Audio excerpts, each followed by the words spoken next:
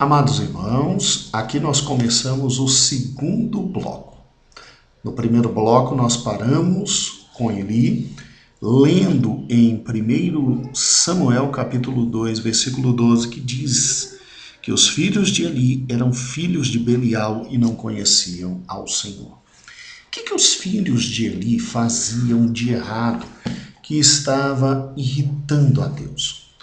Para que o aluno entenda o que há de errado na atitude dos filhos de Eli, você tem que ler em classe no domingo o livro de Levíticos, capítulo 7. Vamos então, Levítico, vá para Levítico. Ele talvez não tenha tanto costume com Levítico, aí você diz que tem Gênesis, Êxodo, Levítico, é o terceiro livro. E aí vamos lá, em Levítico, capítulo 7, versículo 22 diz assim, lê comigo. Levítico 7, versículo 22. Depois falou o Senhor a Moisés, dizendo, fala aos filhos de Israel, dizendo, nenhuma gordura de boi, nem de carneiro, nem de cabra comereis. Porém, pode-se usar a gordura do corpo morto, ou a gordura dilacerada, para toda obra, mas de nenhuma maneira comereis. Me perdoe, eu errei o texto, tá bom? O texto é a partir do versículo 28. Então, me perdoe. Vamos lá. A porção dos sacerdotes. Então, Levítico 7, 28. Falou mais o Senhor a Moisés, dizendo, fala aos filhos de Israel, dizendo, quem oferecer ao Senhor o seu sacrifício pacífico, trará a sua oferta ao Senhor do seu sacrifício pacífico. As suas próprias mãos trarão ofertas queimadas ao Senhor. Aí olha que interessante esse ponto. A gordura do peito, porque eles traziam a parte nobre. E a gordura do peito, com o peito, trará para movê-la por oferta movida perante o Senhor. Então eles tinham que retirar a gordura da carne para queimar a gordura como oferta perante Deus. Mas Deus, irmão, porque Deus queria a gordura. Olha, isso é com Deus, né? Normalmente a carne com a gordura é muito deliciosa. Então, talvez queimar a gordura a Deus significava pegar uma das partes mais interessantes e deliciosas e dar como primazia a Deus. Deus queria. E aí, o que acontece? Olha que interessante. Versículo 31. E o sacerdote queimará a gordura sobre o altar. Então, a gordura é queimada, como agradecimento a Deus, oferta a Deus. Porém, o peito, a carne, será de Arão e de seus filhos. Então, a pessoa vinha com a oferta pacífica e a pessoa ali mesmo no sacrifício retirava a gordura, queimava a Deus, porque Deus queria, e a parte referente ao sacerdote era a parte da carne. O que faziam os filhos de Eli, que eram filhos de Belial? Aí você vai voltar lá em 2 Samuel, capítulo 2. Olha o que diz 2 Samuel, capítulo 2. Eram, porém, versículo 12, eram, porém, os filhos de Eli, filhos de Belial, e não conheciam o Senhor. Porquanto o costume daqueles sacerdotes com o povo era que, oferecendo a alguém algum sacrifício, vinha um moço do sacerdote, ou seja, o servo dos filhos de Eli, estando cozendo a carne com um garfo de 3 dentes em sua mão, e dava com ele na caldeira e na panela, no caldeirão ou na marmita. E tudo que o garfo tirava, o sacerdote tomava para si. Assim fazia Israel que ia a Siló. Também, aqui o problema, também antes de queimarem a gordura, vinha um moço do sacerdote e dizia ao homem que sacrificava, me dá essa carne para assar o sacerdote, porque não tomará de ti carne cozida, senão crua.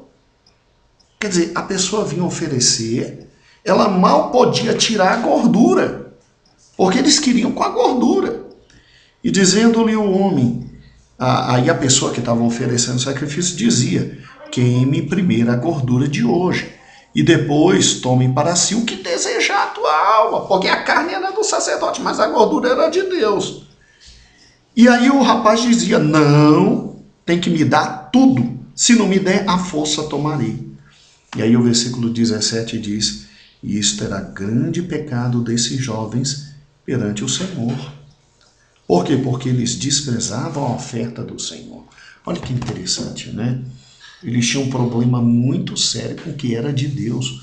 Os filhos de Eli pegavam para si o que era oferta de Deus. A parte da gordura que tinha que tirar e queimar, eles pegavam a carne com a gordura inteira, como se não bastasse a carne. Como se Deus fosse injusto, determinando que se queimasse a gordura para ele, Deus, e a carne ficasse com os filhos de Eli. E o pior não era isso. Deus ficou revoltado e o pior, olha o que esses meninos faziam, os filhos de Eli. Versículo 22 de 1 Samuel 2. Era, porém, Eli muito velho e ouvia tudo o que seus filhos faziam a todo Israel e de como se deitavam com mulheres que em bando se ajuntavam à porta da tenda da congregação. Acima de tudo, ainda tinha espírito de prostituição. Ainda se utilizavam do cargo para se prostituírem com mulheres que estavam lá. Então veja que interessante, eles pegavam a porção que era de Deus para eles, como se Deus não existisse. Eles se prostituíam na casa de Deus, e é óbvio que em razão disso, no livro de 1 Samuel capítulo 2, versículo 12, vinha dizendo de forma terrível, era porém os filhos de Eli, filhos de Belial, e não conheciam a Deus. Qual o problema desses meninos? O problema desses meninos é extremamente simples. É um fato extremamente simples. O pai não criou esses meninos na presença de Deus. O pai não repreendia esses meninos quando erravam. O pai não ensinou esses meninos a viverem de acordo com a vontade de Deus. Olha que, inclusive, Deus repreende Eli de forma muito forte em 1 Samuel capítulo 2, versículo 27, dizendo assim, e veio um homem de Deus a Eli e disse, assim diz o Senhor, não me manifestei na verdade à casa do teu pai, estando os israelitas ainda no Egito, na casa de Faraó? Eu escolhi, Deus falando com Eli, dentre as tribos de Israel para sacerdote, para oferecer sobre o meu altar, para acender incenso e para trazer o éfode perante mim. Dei à casa do teu pai todas as ofertas queimadas do filho de Israel. Quer dizer, todas as ofertas eram dele. E os filhos dele estavam pegando a única coisa que Deus queria, que era a questão da gordura. E aí o versículo 29 vem com algo terrível. Por que dais coices contra o sacrifício e contra a minha oferta de manjares que ordenei na minha morada? E honras a teus filhos mais do que a mim? Teu erro, Eli, foi amar mais teus filhos que a mim. Honrar mais teus filhos que a mim. Teu erro, Eli, foi não ensinar minha palavra. Não repreender teus filhos quando teus filhos tinham que ser repreendidos. Não falar a minha palavra a eles, não repreendê-los. E isso, Eli, significa que você ama mais teus filhos que a mim, porque você não ensinou minha palavra a eles. E ainda passou a mão na cabeça deles quando eles estavam errados, ao invés de repreendê-los e tomar todas as atitudes que eu determinei na minha palavra.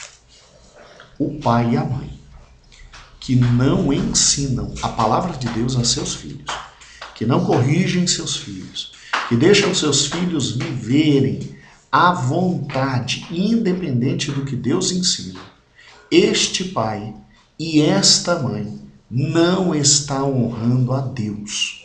Está levando os seus filhos a caminho de morte, a caminho de destruição, como ocorreu com os filhos de Eli, e está simplesmente honrando mais os filhos que a Deus, amando mais os filhos que a Deus. Não se preocupe, você já está sentenciado à morte, você e seus filhos, Eli. E Deus não quer. Deus não quer isto. Resultado de toda essa indolência de Eli, porque Eli ouvia falar, não fazia nada, o máximo que fazia era conversar com os filhos, dizendo: meus filhos, que é isso, que coisa feia que vocês estão fazendo, mas não tomava posição enérgica nenhuma. Chegou um momento em que ninguém mais lhe obedecia e morreu os seus filhos com Eli. E aí assumiu a função de Eli o menino Samuel, né? Samuel. Agora olha que interessante, veja que interessante como deve ser desastroso. Converse com o seu aluno em sala de aula, como deve ter ficado o coração de Eli recebendo uma palavra como essa, tão desastrosa, tão horrível, tão maligna, né? E uma palavra como essa que devia doer o coração dele. Já tinha uma sentença: você não recupera filhos depois, ou você cria filhos desde pequeno, na demonstração do Senhor, então já era. Agora, vamos a um caso diferente. Vamos a alguém que soube criar seus filhos tão bem criados, seu filho tão bem criado, e recebeu elogios de um homem chamado Paulo, né? O apóstolo Paulo, o apóstolo dos gentios. E o apóstolo Paulo, olha que coisa interessante, eu quero que você abra como exemplo diferente na criação de filhos. 1 Timóteo, e no seu capítulo, 1 Timóteo mesmo, deixa eu ver aqui só um pouquinho. 1 Timóteo, isso, eu creio que é 1 Timóteo, capítulo 1, né? Meu Deus, ou é 2 Timóteo? Irmãos, só um momentinho. Não, é 2 Timóteo, me perdoe. Hoje eu estou errando um pouquinho os textos, mas tudo bem, vamos lá. Segundo livro de Timóteo, segunda carta, né? Livro, é carta. Segunda carta de Timóteo, Paulo a Timóteo, no capítulo 1, e versículo 3. Olha o que Paulo fala desse menino. Fala do grande irmão Timóteo. Olha o que diz: dou graças a Deus, a quem desde os meus antepassados sirvo com consciência pura, porque sem cessar faço memória de ti nas minhas orações noite e dia. Já imaginou o que é ser lembrado pelo grande apóstolo Paulo todos os dias na oração, né? Desejando muito ver-te, lembrando-me das tuas lágrimas, para me encher de gozo. Você já imaginou que é o apóstolo Paulo mandar uma carta dizendo: cara, estou com saudade de você, eu quero te ver, tenho muito carinho por você, você é um dos nossos, você é fantástico. O apóstolo Paulo ainda dizendo: ó, oro por ti todo dia, né? E toda noite, trazendo à memória a fé não fingida que habita em ti. Quer dizer, ao contrário dos filhos de Eli, que eram filhos de Belial, filhos do diabo, Paulo diz: olha, há em você, Timóteo, fé não fingida, e que habitou em primeiro na tua avó, Lóide, e na tua mãe, Eunice, e que estou certo que habita em ti. Habita em ti. Então, duas mulheres criaram um garoto chamado Timóteo. E essas mulheres eram tementes a Deus. E essas mulheres serviram a Deus e souberam de forma tão maravilhosa educar esse menino, que esse menino cresceu na fé, e esse menino foi um dos mais importantes auxiliares de ninguém mais, ninguém menos que o apóstolo Paulo. Então, mostre esse contraste, mostre que quando a gente cria filhos para Deus, que quando a gente educa os filhos de forma estratégica e fundamental, os nossos filhos, eles são úteis na igreja, são úteis para os grandes servos de Deus, tem fé declarada pelos grandes servos de Deus, tem vida declarada. E se um homem como Paulo fala isso de Timóteo, Deus, né? E Deus, a alegria que Deus tem um homem como esse Timóteo. Então veja que a criação foi diferente. Lóide e Eunice, a mãe de Timóteo, Eunice, a avó Lóide, souberam criar esse menino de tal forma que ele foi útil para ninguém mais, ninguém menos que o grande apóstolo Paulo. Tanto é que Paulo, quando tinha que sair de uma igreja grande e tinha que deixar aos cuidados de alguém, ele deixava com Tito ou Timóteo, que era o braço direito e o braço esquerdo. Vale a pena criar filhos no Evangelho e no temor de Deus, porque eles serão úteis à igreja, aos servos de Deus, aos ministros do Evangelho e, obviamente, ao grande Deus. Então, fale desses dois exemplos. Sim, invista nesses dois exemplos e diga que Deus, quando culpou os filhos de Eli, culpou a Eli, não foi a outro, foi a Eli. E Deus, quando fala por intermédio de Paulo, dizendo da fé e da alegria que tem de Timóteo, Deus honrou, não foi a outro, foi a mãe, foi a avó que criaram o menino na presença de Deus. E eu quero que você, obviamente, termine sua lição indo para o ponto número 3, a educação cristã na família. E aí você olhe para os servos de Deus e diga assim, irmãos, tem algumas atitudes que nós temos que começar a tomar. Nós não estamos tomando e nós vamos ter que começar a tomar dentro de casa. Como é que se cria uma criança para que ela vire um Timóteo da vida? Um grande servo do Senhor. Primeiro eu tenho que olhar para o meu filho, como está aqui na revista, como herança do Senhor, como algo que Deus me deu de suma importância. E tenho que amá-lo tanto a ponto de pegar todo dia em minha casa e ensiná-lo na oração e na palavra. Na oração e na palavra. E aí você pega e olha para ele e diz assim, eu e você estamos gastando pelo menos 10 minutos todo dia com nossos filhos para levá-los ao caminho do Senhor? Porque senão a gente está sendo negligente. Fale isso para ele. Diga que ele tem essa responsabilidade, não é outro. Como é que a gente cria um Timóteo dentro de casa? É por intermédio do ensino da palavra de Deus no lar. É palavra e oração, oração e palavra. Agora, como é que a gente cria um Timóteo para Deus? Levar os filhos para a igreja. Levar o filho para a igreja. Gente, leia com eles aqui, ó, a educação cristã na família. Leia esse ponto número 1, ponto número 2, o ponto número 3, leia e diga, olha, a gente tem que ser prudente e obediente como Lóide e como Eunice. A gente não pode ser negligente como Eli. Tem que trazer os filhos para a igreja. Ah, mas tem um trabalho, tem que trazer os filhos para a igreja, eles têm que participar. Ah, mas não tem cultinho para eles, não tem problema, eles estão conosco na igreja. Tem que ir para a igreja levar os filhos. Porque não existe cristão dentro do lar, não existe vida longe da igreja.